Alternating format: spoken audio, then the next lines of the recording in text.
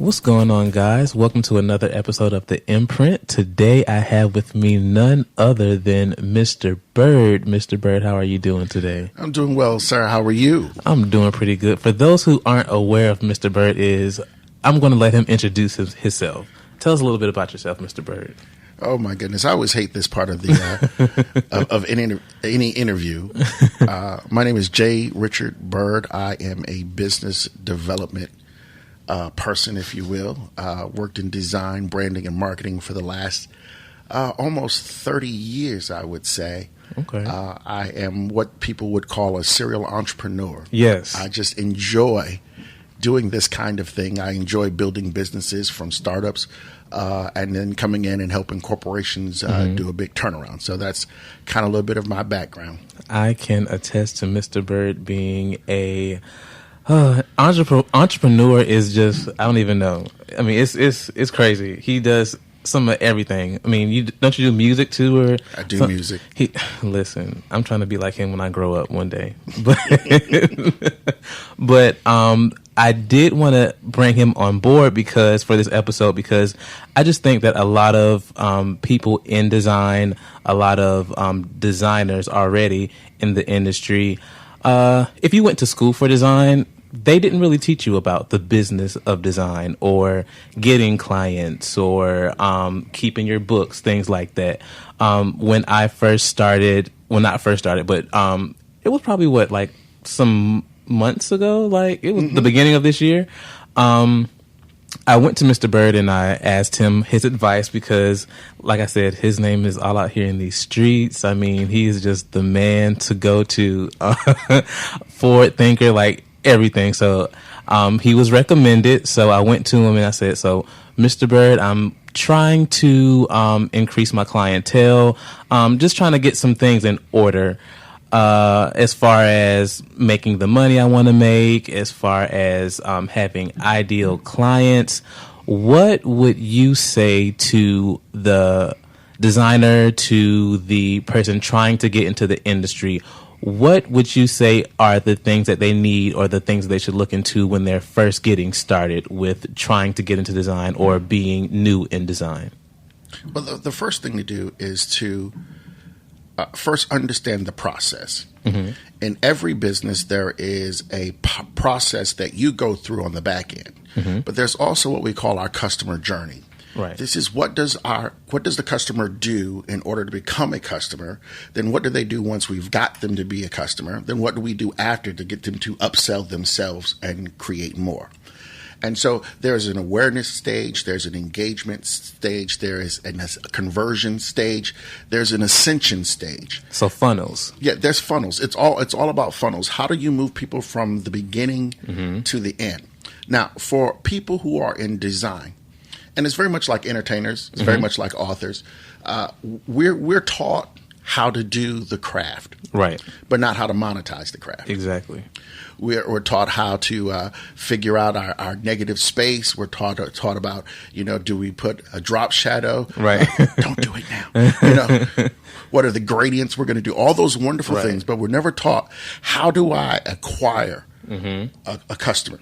Right. So for every business, it is a little different, but sort of the steps are pretty much common. Mm-hmm. You look for a client. Right. You grab a client.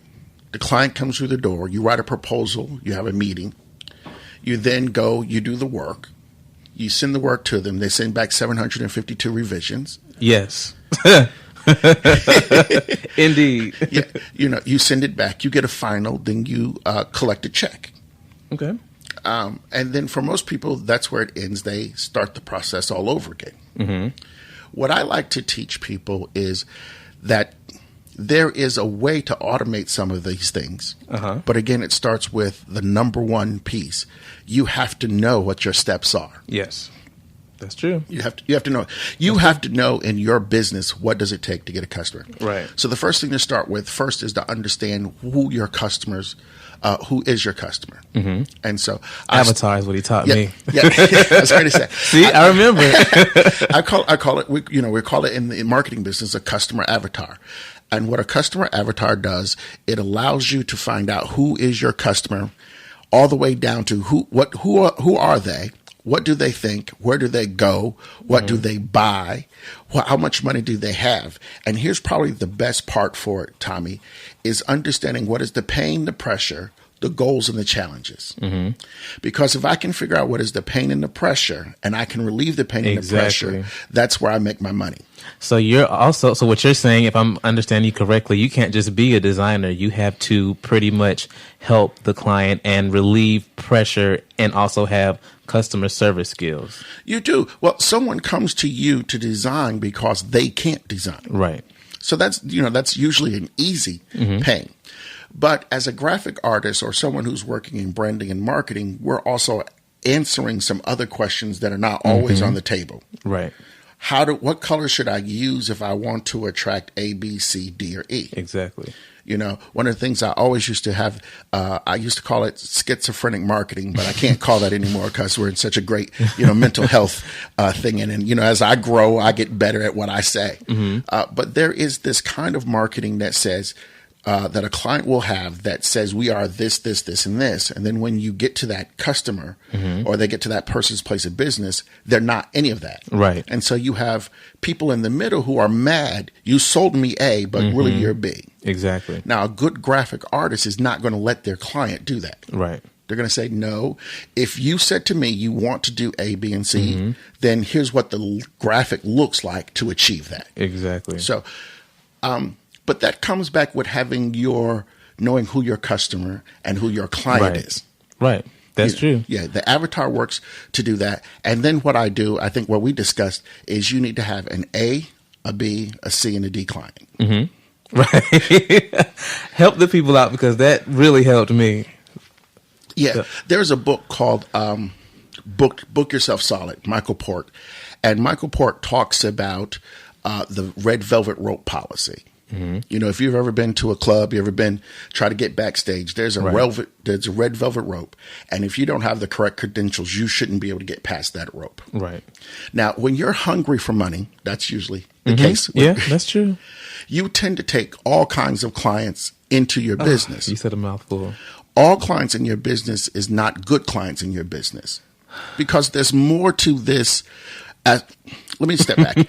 As a creative, we bring more to the table than just doing a job. Exactly. There's headspace. A good one. A good job.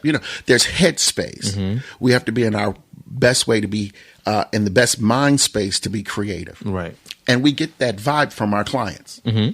So I have clients, I think I told you this, I have clients that don't really pay me a lot of money, but they give me good headspace. So I keep them because they are paying me in creativity. Right. Now, I have some clients, or I used to have clients, that paid me a lot of money, but they put me in a negative space. Yes. And then I couldn't do my best work for anybody. So your A, your B, your C, and your D clients. Your A, of course, being your number one client. This is the guy or the girl or the company that pays on time. In fact, I have a couple of clients that can, that I kid you not, pay me within 15 to 20 minutes of an invoice. That's my kind of client right there. And I tell the story. Let me go back. So I don't know what happened, but I went to an event and brought my wife along, and we're in the line. And I go and I look at my bank account, and all of a sudden, all the money in that account is gone. Oh, oof. So I went there thinking I was going to have me a good time. I kid you not. Thought I was going to have this wonderful time. Da-da-da-da. Right. Credit cards flowing, the whole thing. And so I get in line, and I'm like, oh, my goodness, where did all my money go? Right. Y'all know how it is. You got all these different deductions and all this kind of stuff. And so I'm like, oh, my goodness. I looked at my wife. I said, well, you better order a water. Not a water. and some French fries. Oh, God. It's going to be one of those nights. And as I sat there, I started going through my list of people who owed me. And I was like, I have 3 VIP clients. And Tommy, I'm not kidding you. I sent 3 invoices standing in line to get in. And within 10 minutes. Wow. In 10 minutes, I had $10,000. Wow. I think everybody needs, well, I'm going to go back to something that you said. When you mentioned about having clients that, I I lost my place. That inspire you. Clients that inspire you, and then you said clients that put you in a good headspace. That's very important because I'm not going to call any names, but we all have clients that don't put us in a good headspace, but they pay good, or they just get things done when you need them done, or they're professional about it, because there's some clients that are they want to interact with you the way they want to interact with you. You're used to doing business via via email or phone call, but they like to text you. They like to send you Facebook messages. So, I mean, it's good to have those clients, but still, it's also good to have those clients that put you in a good headspace whenever you're talking to them. You have your creative juices flowing, things like that. So, I mean, that's very important for, I think, the listeners to know, because, I said my target audience with the listeners would be people who are just getting into the design industry, people who are I'm laughing at the producer that just went by the door, but just people that love design. People that love design. So that's another reason why I wanted you to come here, because you would give more direction, because designers, they can kind of just go wherever the wind blows them at times. Yeah, well, it's a creative. It's all creatives are like this. Right. Creatives work on cycles. There are parts of the day that we're more creative than we are in other parts of the day. Right. There are people that we interact with that makes us more creative. So once you understand the psychology of who you are in things, right. One of the hardest things for me is that I am half creative, half business. Right. And when I really jumped into doing my design and marketing and branding firm full time, my creative space is at night. Right. My business space is during the day. But when you're running your own business and you have to, meet deadlines, I had to force myself to try to be a creative during the day and business at night. Right. It was opposite to how my brain and how my own cycle worked. And so we had to figure out ways to change that. Right. So, getting in the right headspace is the thing to do. So let's jump back. You have an A client, which is the one who pays you on time, keeps you in a great headspace. If you had 15 people like that, you would work with no one else. Right. Then you have your B clients, who are people who could possibly be an A client. We're trying our hardest to get them there. Right. Then your C clients are those people who are usually doing one-offs with you. And then your D clients are the ones who don't pay on time. Right. They're the ones who put you in negative headspace. When you see their numbers show up, you get upset. Exactly. So the rule of thumb is my A clients I keep. They get all the attention, as much, I shouldn't say all the attention, but they get 90% of the attention. Right. These are the people who can call me on a Sunday night. Okay. You see what I'm saying? These are the people who have my personal number. They can call me, because they are paying, not just paying the bills, but they're paying the bills and making me happy. Exactly. I enjoy talking to them. Exactly. My B clients, I am training them to be A clients. These are the ones that I'm saying, you're not going to call me on Facebook. You're not going to text me. You're going to use the system I put in place. I'm training them how to be the perfect client for me. Because, keep in mind that you do have to train your clients to work with you. You do. You do. And sometimes the conversation is very simple. If you want me to do my best work for you, then you have to give me the information in the way that I need it. Exactly. And sometimes it's a little different than what they teach you about customer service. The customer's always right. The customer's all right. No, that's not true.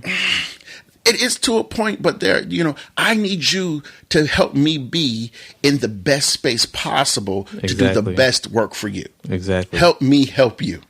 And I don't think a lot of people think of it that way as well, because I know a podcast, well, not a podcast, well, they do have a podcast, actually. It's a podcast, it's a YouTube channel, and they have a website, and they're talking about designers, or people looking at designers as more so of a consultant as well as a designer. I'm not going to send you my work for you to critique, because you are going to send to them to critique, but at the same time, it should be, we're looking at this work together, not I'm sending it to you and then you go over it and say what you like, what you don't like. That's important, but looking at us as helping you